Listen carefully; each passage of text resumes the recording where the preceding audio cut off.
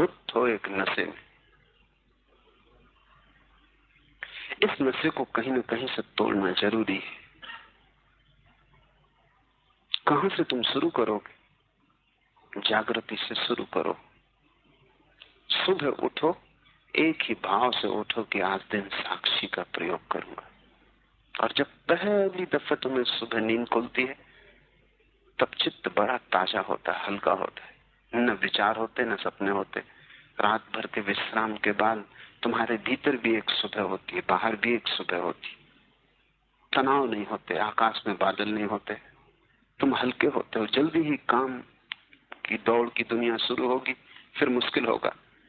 तो जैसे ही तुम्हें पता चले सुबह की नींद टूट गई, आंख मत खोलना। उस वक्त चित्त बहुत संवेदनशील है। जैसे ही पता चले नींद टूट गई, पहला ध्यान एक करना कि मैं साक्षी हूं। रोज सुबह उठते समय 5 मिनट आंख बंद किए ही पड़े रहना, आंख मत खोलना। आंख खोलते ही संसार दिखाई पड़ा कि तुम खो जाओगे। आंख बंद ही रखना और भीतर एक भाव करना कि मैं साक्षी हूं, करता नहीं। और ये साक्षी भाव दिन भर सदे, बार बार इसका मैं स्मरण कर सकूं। ऐसे भाव में डूबे हुए तुम उठना और थोड़ी देर इसे संभालने की कोशिश करना, क्योंकि शुरू शुरू में सबसे ज्यादा आसान होगा। उठो, बिस्तर के नीचे पैर रखो, होश पूर्वक रखना। स्नान करने जाओ, होश पूर्वक स्नान करना। सुबह का नाश्ता करो, होश पूर्वक नाश्ता करना।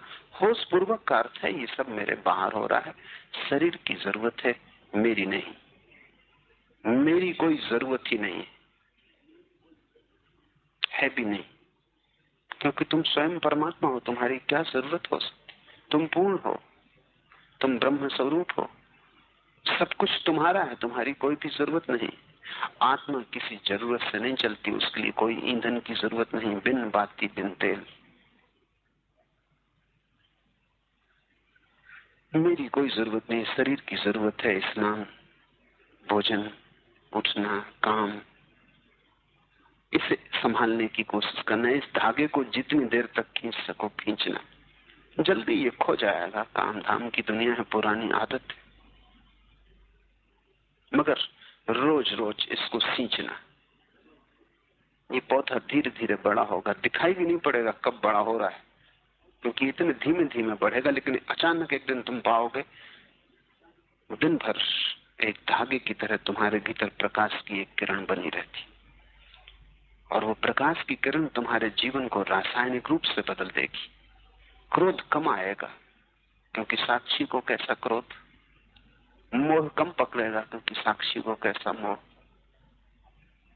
चीजें घटेंगी, सफलता असफलता होगी, सुख दुख आएंगे, लेकिन तुम कम डमाडोल होगे, क्योंकि साक्षी का कैसा कंपन। सुख आएगा उसे भी तुम देख लोगे, दुख आएगा उसे भी देख लोगे, और तुम्हारे भीतर सतत धारा बनी रहेगी कि मैं देखने वाला हूं, भोगता नहीं। कोई भी नहीं कह सकता कि कितना समय लगेगा। तुम्हारी त्वरा, तीव्रता, तुम्हारी सघन आकांक्षा, अभीप्सा पे निर्भर करेगा। कैसे तुम चलते हो, दौड़ते हो कि चींटी की चाल चलते हो। क्योंकि अक्सर धर्म की दुनिया में लोग बाराती की चाल चलते। बाराती की चाल से कहीं पहुंचोगे नहीं। बाराती की चाल ठीक है, क्योंकि बारात को कहीं पहुंचना ही नहीं, वैसे गांव का चक्कर लगा के वहीं आ जाना। ये सब हुआ। एक बोध कथाकार, उसने जैसी बोध कथाएं लिखी दुनिया में किसी ने नहीं लिखी। वो आदमी बड़ी प्रज्ञा का था। एक किनारे बैठा था रास्ते के। एक दिन एक आदमी निकला और उसने पूछा कि भाई मेरे बता सकोगे कि गांव कितनी दूर है और मैं कितनी देर में पहुंच जाऊंगा। ये सब कुछ भी न बोला, सिर्फ उठ के उस आदमी के साथ चलने लगा। वो आदमी थोड़ा डरा भी। उसने कहा कि मैंने पूछा है कि गांव कितनी दूर है, मैं कितनी देर में पहुंच जाऊंगा। तुम कुछ उत्तर दो, तुम्हें चलने की कोई जरूरत नहीं है मेरे साथ। लेकिन ये सब चुपचाप उसके साथ चलता रहा। कोई 15 मिनट बाद ईसप ने कहा 2 घंटे लगेंगे। उस आदमी ने कहा हद पागल आदमी हो, ये बात तुम वहीं कह सकते थे, मेरे साथ मील भर आने की जरूरत न थी। ईसप ने कहा जब तक तुम्हारी चाल न देख लो तब तक कैसे बताऊं कितनी देर लगेगी। रास्ते की लंबाई से थोड़ी तय होता है आदमी की चाल। अब मैं निश्चिंत भाव से कहता हूं 2 घंटे लगेंगे। तुम्हारी चाल पर निर्भर करेगा। तुम दौड़ भी सकते हो, तुम जल्दी पहुंच जाओगे। तुम बाराती की चाल से भी चल सकते हो, तब तुम कब पहुंचोगे कुछ कहना मुश्किल है। तुम्हारी तेजी इतनी भी हो सकती है कि एक क्षण में तुम छलांग लगा जाओ, और तुम इतने मंदे मंदे भी कुनकुने भी उबल सकते हो कि अनंत जन्म लग जाएं और तुम न पहुंचो। अगर तुम पूरी त्वरा से, समग्र भाव से, पूरे प्राणों से कुछ भी न बचाओ भीतर और सभी दांव पर लगा दो तो अभी पहुंच जाओगे इसी क्षण। क्योंकि ये यात्रा कोई बाहर की यात्रा नहीं है, ये यात्रा तो भीतर की है, जहां तुम हो ही सिर्फ नजर फेरने की बात है। फासला जरा भी नहीं, मगर अगर नजर ही फेरने में तुम देर लगाओ, स्थगन करो, कहो कि कल करेंगे परसों करेंगे, तो फिर ऐसे अनंत जन्म जा चुके हैं, अनंत और जा सकते हैं। और ध्यान रहे प्रकृति को तुम्हारी धार्मिक उपलब्धि में कोई उत्सुकता नहीं। मनुष्य जहां तक आ गया है वहां तक प्रकृति ले आती है। इसके पार तुम्हें जाना हो तो तुम्हारा ही श्रम ले जाएगा। प्रकृति तुम्हें पशु बनाती है, उससे आगे नहीं। उतना काम प्रकृति कर देती। मनुष्यत्व तो अर्जित करना होता है, और इसलिए आदमी बड़े संकट में जीता है। सभी पशु शांत हैं आदमी को छोड़कर, क्योंकि प्रकृति ने काम पूरा कर दिया और उन्हें कहीं जाना नहीं। तुम किसी कुत्ते से ये नहीं कह सकते हो कि तुम दूसरे कुत्तों से कम कुत्ते हो। सभी कुत्ते बराबर कुत्ते, दुबले हो, मोटे हो, ताकतवर हो, कमजोर हो, लेकिन कुत्तेपन में कोई फर्क नहीं।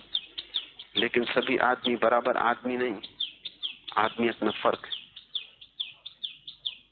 दुबला पतला आदमी भी बहुत बड़ा आदमी हो सकता है, मोटा तगड़ा आदमी भी बिल्कुल छोटा आदमी हो सकता है। एक नया गुणधर्म शुरू होता है आदमी के साथ। किस बात से तय होता है? जितना होश होगा उतनी ही ज्यादा मनुष्यता फलित होगी, और जिस दिन तुम परिपूर्ण होश से भर जाओगे उस क्षण दिव्य हो जाओगे। खतरा भी बड़ा है, क्योंकि जो ऊपर उठ सकता है वो नीचे भी गिर सकता है। सिर्फ वही नीचे गिर सकता है जो ऊपर उठ सकता है। जो ऊपर नहीं उठ सकता वो नीचे भी नहीं गिर सकता। इसलिए तुम जानवरों में बुद्ध, महावीर, कृष्ण को न पाओगे, लेकिन तुम्हें वहां हिटलर, स्टालिन, नेपोलियन और चंगेज खां भी न मिलेंगे। क्योंकि जब बुद्धत्व नहीं हो सकता तो चंगेज खां होने का भी उपाय नहीं। जहां पर्वत शिखर होते हैं वहीं खाइयां होती। टोक्यो में एक अजायब घर है, सारे दुनिया के पशु वहां इकट्ठे। बड़ा अजायब घर है, बड़े से बड़ा अजायब घर। खतरनाक से खतरनाक पशु, सिंह, बर्बर सिंह, चीते, हाथी, गैंडे, जंगली जानवर,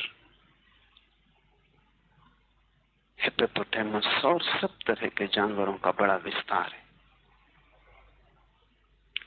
पूरे अजायब घर को घूमने के बाद आखिरी जो कटघरा है उस पर एक तख्ती लगी, the most dangerous animal of all. सब जानवरों से खतरनाक जानवर।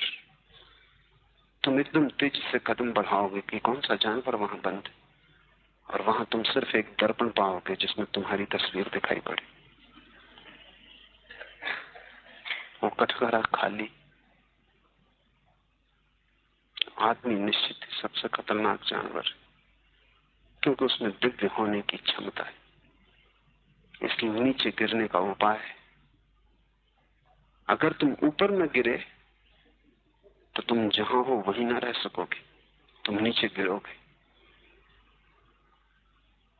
यहां ठहराव नहीं है जगत में, यहां कोई ठहर नहीं सकता। या तो बढ़ो ऊपर या नीचे गिरोगे। यहां मध्य में रुकने की कोई जगह नहीं है। और इसलिए अगर तुम चेतना की तरफ नहीं जा रहे हो तो तुम धीरे धीरे मूर्छा की तरफ जाओगे। बड़ी आश्चर्य की और बड़ी दुख की घटना है कि छोटे बच्चे ज्यादा चेतन होते हैं बजाय बूढ़ों के। क्या घटना घट जाती है? होना चाहिए उल्टा, कि जीवन भर के अनुभव के बाद बूढ़ा आदमी ज्यादा सचेत हो जाए, सावधान हो जाए। लेकिन होता उल्टा है, ज्यादा चालाक हो जाता है, अनुभव से ज्यादा बेईमान हो जाता है, ज्यादा चोर, ज्यादा कुशल हो जाता है संसार में। एक बूढ़ा कौआ अपने बेटे को शिक्षा दे रहा था और उसे कह रहा था कि देख, अनुभव की बात है, आदमी से सावधान रहना, आदमी भरोसे के नहीं। अगर किसी आदमी को तू झुकते देखे फौरन उड़ जाना, वो पत्थर उठा रहा होगा। बेटे ने कहा, और अगर वो पत्थर पहले से ही बगल में दबाए आ रहा हो तो? ये सुनते ही बूढ़ा कौआ उड़ गया। उसने कहा कि ये लड़का भी खतरनाक है, इसके पास रुकना उचित नहीं। बूढ़े आदमी सिर्फ जीवन के अनुभव से ज्यादा जागरूक तो नहीं होते, ज्यादा बेईमान हो जाते, चालाक हो जाते। लेकिन चालाकी से क्या मिलेगा? यहाँ कुछ मिलने को ही नहीं है। न तो भोलेपन से यहाँ कुछ खोने को है, न चालाकी से यहाँ कुछ मिलने को है। यहाँ जो भी हम बना रहे हैं वो रेत पर बनाए हुए भवन, बन जाएं तो भी मिटेंगे, न बने तो भी कुछ हर्ज नहीं। बच्चे ज्यादा चेतन मालूम पड़ते हैं। बच्चों को देखें, उनकी आंखें ज्यादा होशपूर्ण मालूम पड़ती, वे ज्यादा सजग मालूम पड़ते हैं। उन्हें सुलाने के लिए हमें उपाय करने पड़ते। सब भांति हम उनकी इंद्रियों को काटते ताकि उनकी सचेतना कम हो जाए। जोर से हंसने नहीं देते, जोर से रोने नहीं देते, दौड़ने उछलने कूदने नहीं देते। उनकी जीवन ऊर्जा को हम सब तरफ से कैद करते। उन्हें हम जल्दी से जल्दी बेईमान बना लेना चाहते। मुल्ला नसरुद्दीन के बेटे से मैंने पूछा कि तेरी उम्र कितनी? उसने कहा घर में 7 साल और बस में 5 साल।